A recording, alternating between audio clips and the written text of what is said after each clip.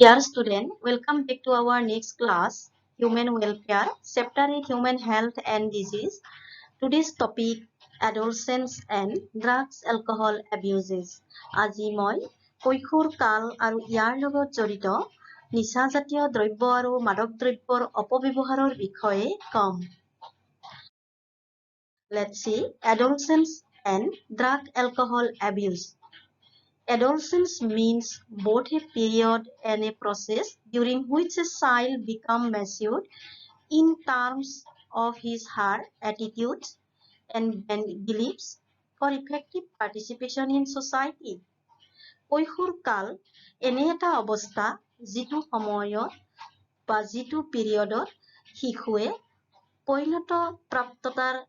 পৰিণত অৱস্থাৰ ফালে আগবাঢ়ি গৈ থাকে, যাৰ ফলস্বৰূপে ইহঁতৰ মানসিকতা বা ইহঁতৰ যি বিশ্বাস ভাৱ ভংগী সকলোখিনি সমাজৰ লগত কাৰ্যকৰী হোৱাকৈ বা কাৰ্যকৰী হ'বলৈ জড়িত হৈ পৰে।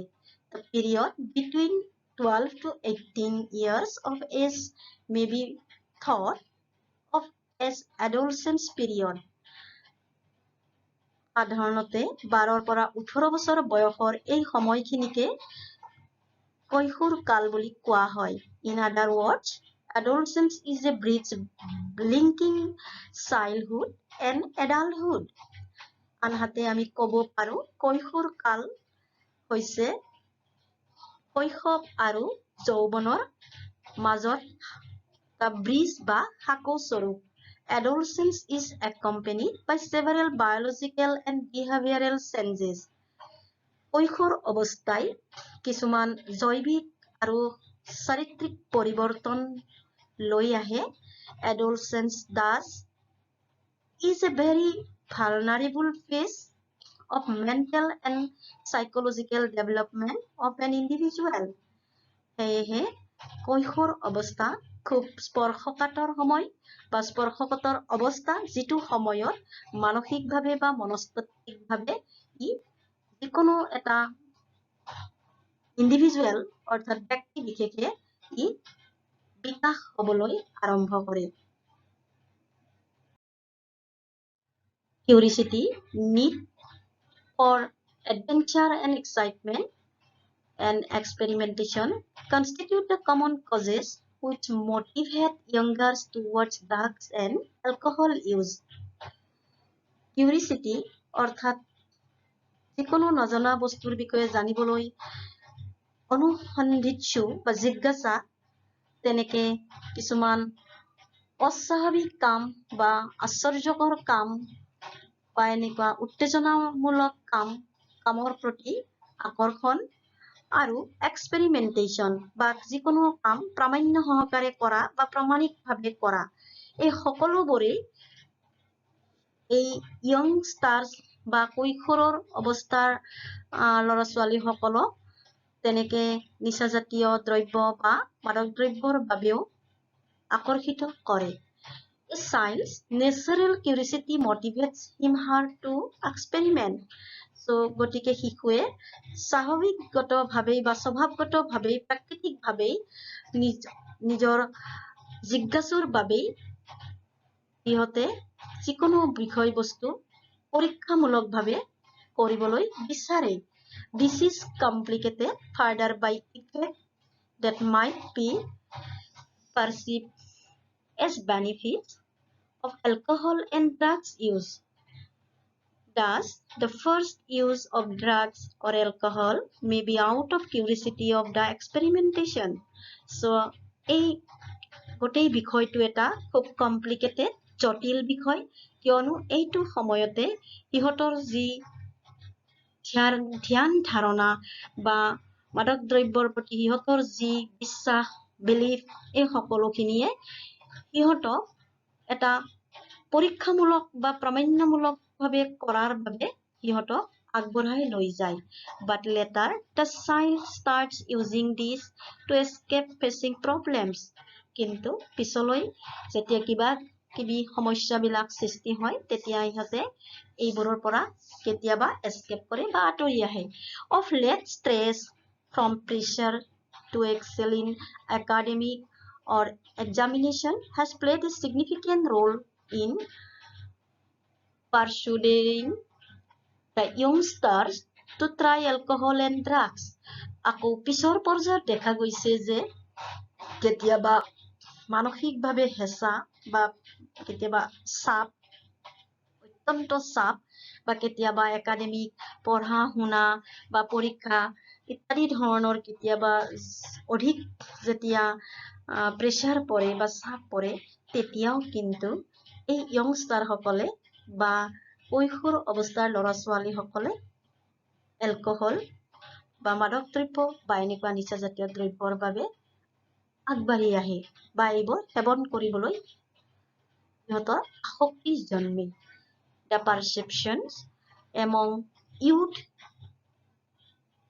that it is cool or progressive to smoke, use drugs or alcohol is also in a way a major cause for you to start these habits.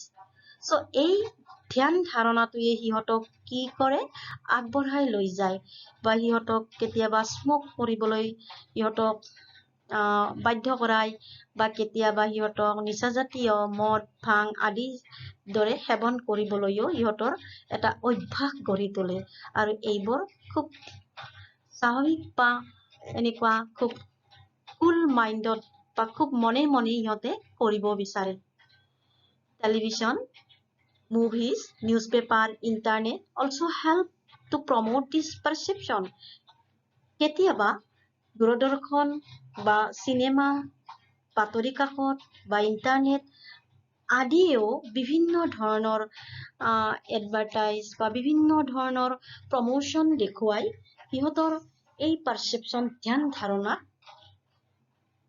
বেছি পৰিমাণে সিহঁতক আগবঢ়াই নিয়াত সহায় কৰে বা এই ধ্যান ধাৰণাই বেছি অৰিহণা যোগায়।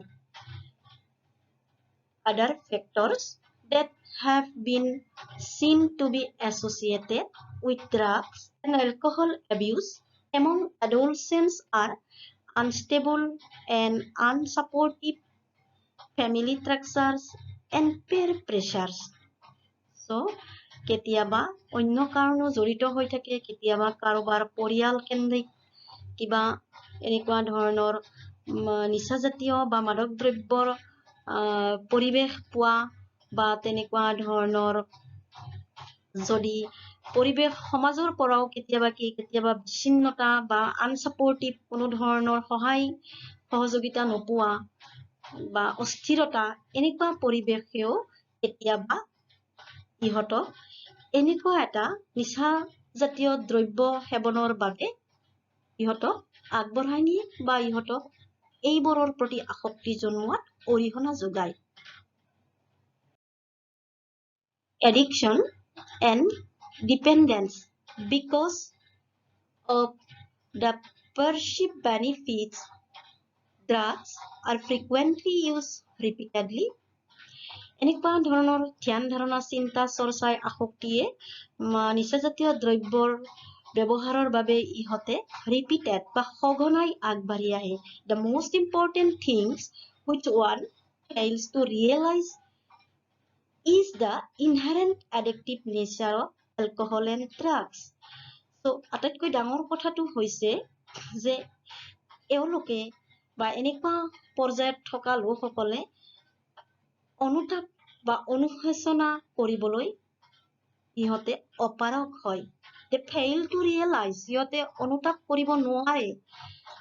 ইহঁতৰ এনেকুৱা এটা প্ৰাকৃতিক বা স্বাভাৱিকগতভাৱে এটা চৰিত্ৰ গঢ়ি উঠে যিটোৱে সিহঁতক বা এলকহল বা ড্ৰাগছৰ এটা আসক্তি জন্মোৱাত সহায় কৰে। Addiction is a psychological attachment to certain effects such as euphoria and temporary feeling of well-being associated with drugs and alcohol. আনহাতে addiction যি আমি কওঁ ই এক মনস্তাত্ত্বিক এটা attachment হয় বা ই জড়িত আবেগ মনস্তাত্ত্বিকভাৱে আবেগ জড়িত হৈ থাকে য'ত তেওঁলোকৰ এটা এনেকুৱা ধৰণৰ চিন্তা চৰ্চা থাকে যে এনেকুৱা অনুভৱ হয় যে এয়া সেৱন কৰাৰ ফলত সিহঁতৰ কিছু পাতল লাগে বা সিহঁতে এই ড্ৰাগছ মাদক দ্ৰব্য বা এনেকুৱা নিচাজাতীয় দ্ৰব্য সেৱনৰ জৰিয়তে নিজকে কেতিয়াবা বা খুব খন্তেকীয়াভাৱে এটা সুখ অনুভৱ কৰে বা আনন্দ অনুভৱ কৰে। So these drive people to take them even when these are not needed or even when their use becomes self-destructive. আৰু এই গোটেই কথাখিনিয়ে these drive people take them even when they are not needed, যদিও প্ৰয়োজন নহয় সিহঁতক এনেকুৱা এটা পৰ্যায়লৈ ঠেলি লৈ যায়। আনকি ইহঁতে নিজকে ধ্বংস কৰাৰ কাৰণেও প্ৰস্তুত হৈ যায় বা ইহঁতে এই এনেকুৱা ব্যৱহাৰৰ যোগেদি ইহঁতে নিজকে সেলফ ডিষ্ট্ৰাক্টিভ বা ধ্বংস কৰি থাকে। With repeated use of drugs, the tolerance level of the receptors present in our body increases. আৰু ইয়াৰ লগতে এনেকুৱা সঘনাই লোৱা নিচাযুক্ত দ্ৰব্য বা ইয়াক এটা নিৰ্দিষ্ট মাত্ৰাত সহ্য কৰিব পৰা ধৰণৰ যি পজিশন থাকে, যি এটা অৱস্থা থাকে দেহৰ, সেই অৱস্থাটো ইতিমধ্যে বাঢ়ি গৈ থাকে। So consequently, the receptors respond only to higher doses of drugs or alcohol, leading to greater impact and addiction. ইয়াৰ ফলস্বৰূপে কি হয় যে যিসকলে সেৱন কৰিব ইহঁতৰ যি ৰিচিপ্টৰ গ্ৰহণ কৰা যিটো প্ৰৱণতা বা ক্ষমতা ই হায়াৰ ড'জত বা উচ্চ মাত্ৰাত ব্যৱহাৰৰ বাবেও ই প্ৰস্তুত হৈ পৰে। যাৰ বাবে ইহঁতে এনেকুৱা এটা বস্তুৰ প্ৰতি বা নিচাজাতীয় দ্ৰব্য বা মাদক দ্ৰব্যৰ প্ৰতি আসক্তিত ভোগে। However, it should be clearly borne in mind that use of this drug even once can be a forerunner to addiction. আমি ইয়াকে ক'ব পাৰো যে যদিহে মনত এবাৰ এনেকুৱা এটা বস্তু নিচাজাতীয় দ্ৰব্য সেৱনৰ বাবে আসক্তি জন্মে বা এবাৰ যদি গ্ৰহণ কৰে ইয়াৰ আসক্তি 4 গুণ বাঢ়িব পাৰে, 4 times.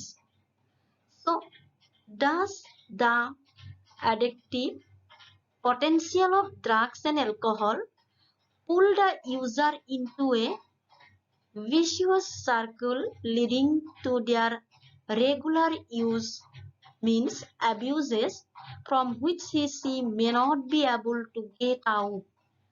So যাৰ ফলস্বৰূপে এনেকুৱা এটা অৱস্থা আহি পৰে যে এই এনেকুৱা এটা বয়সৰ ল'ৰা ছোৱালীসকলে যে ইহঁতক মাদক দ্ৰব্য আৰু নিচাজাতীয় দ্ৰব্যৰ এটা আসক্তিৰে বান্ধি ৰাখি ইহঁতক এনেকুৱা এটা ভিতৰলৈ ঠেলি লৈ যায় বা ইহঁতক এনেকুৱা এটা অত্যন্ত গভীৰ অৱস্থালৈ লৈ যায় আৰু এনেকুৱা এটা বৃত্ত বা চাৰ্কুলৰ সৃষ্টি কৰিব যাৰ পৰা ইহঁতে ওলাই আহিব নোৱাৰে বা ইহঁতে তাত নিমজ্জিত হৈ যায়। অৰ্থাৎ সেই অধ্যায়ৰ পৰা বা সেই চাৰ্কুল বেষ্টনীৰ পৰা ইহঁতে বাহিৰ হৈ আহিব নোৱাৰে বা এইটো আহিবলৈ ইহঁতৰ বাবে কঠিন হৈ পৰে। In the absence of any guidance or counseling, the person gets addicted and becomes dependent on their use. যদি কোনো ধৰণৰ প্ৰশিক্ষণ বা কোনো ধৰণৰ কাউন্সেলিং বা কোনো ধৰণৰ এনেকুৱা ব্যৱস্থা নাথাকে, সুৰক্ষাৰ কোনো ব্যৱস্থা নাথাকে বা ইহঁতক ট্ৰেইন আপ কৰাৰ কোনো যদি সুৰক্ষা নাথাকে তেতিয়াহ'লে এনেকুৱা পাৰ্চন বা ব্যক্তিসকলে এনেকুৱা ধৰণৰ নিচাজাতীয় দ্ৰব্যৰ প্ৰতি সততাই বা সদায়েই নিৰ্ভৰশীল হৈ পৰে অৰ্থাৎ ইয়াৰ ব্যৱহাৰৰ বাবে সিহঁতে চিৰপ্ৰস্তুত হৈ পৰে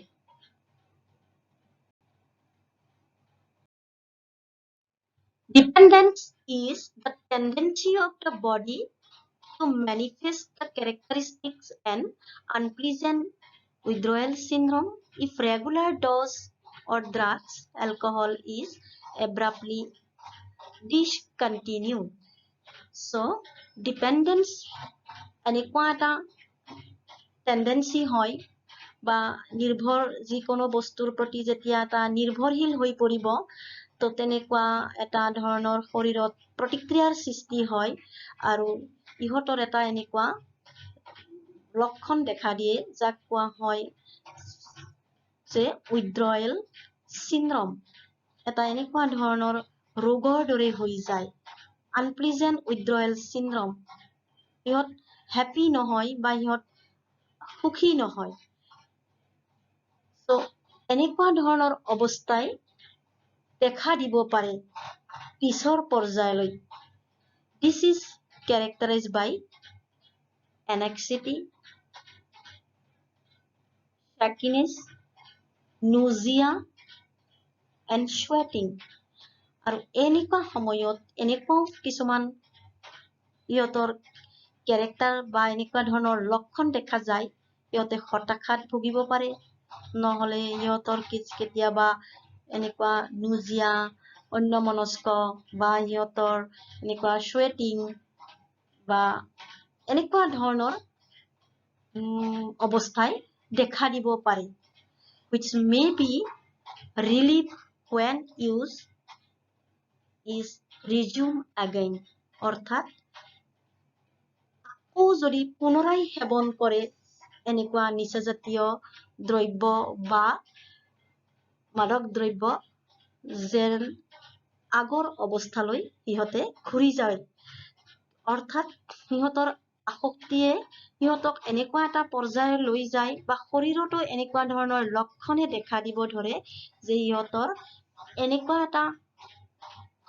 মাদক দ্ৰব্য বা নিচাজাতীয় দ্ৰব্য অবিহনে জীৱন চলাবলৈ বা জীৱন চলিবলৈ অসম্ভৱ হৈ পৰে এনেকুৱা ধৰণৰ ৰোগৰ সৃষ্টি হৈ যায় in some cases withdrawal symptoms can be severe and even life-threatening and the person may need medical supervision.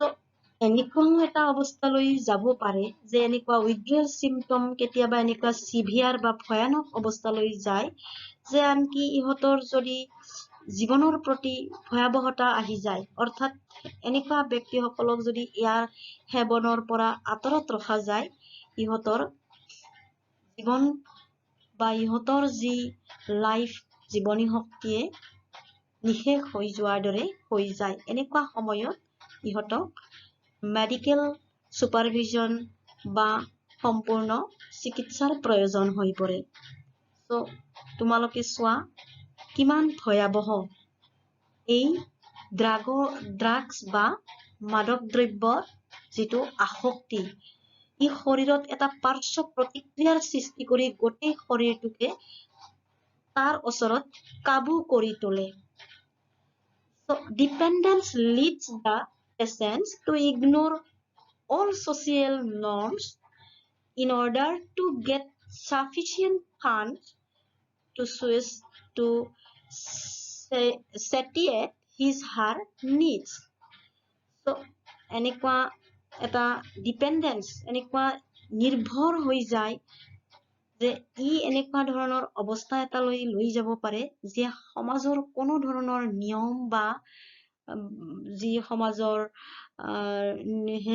মাপকাঠি বা সমাজৰ যি আমি নৰ্মছ বুলি কওঁ তেনেকুৱা কোনো নৰ্মছ বা কোনো আদেশ বা নিয়মাৱলীকে তেওঁলোকে মানিবলৈ অপাৰক হয় বা সিহঁতৰ কাৰণে তো সাফিচিয়েন্ট নহয় ইগনোৰ কৰিবলৈ ধৰে so this result in many social adjustment problem আৰু ইয়াৰ বাবে কি হয় সিহঁতে সমাজত খাপ খাব নোৱাৰে বা সমাজত সামাজিকভাৱে খাপ খাবলৈ সমস্যা আহি পৰে। চ' এয়াই হৈছে আমাৰ ড্ৰাগছ, মাদক দ্ৰব্য আৰু নিচাজাতীয় দ্ৰব্যৰ শেষ পৰিণতি।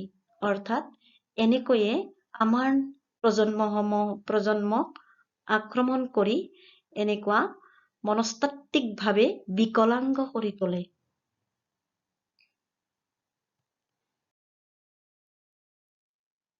This is bibliography by your textbook NCERT. Thank you.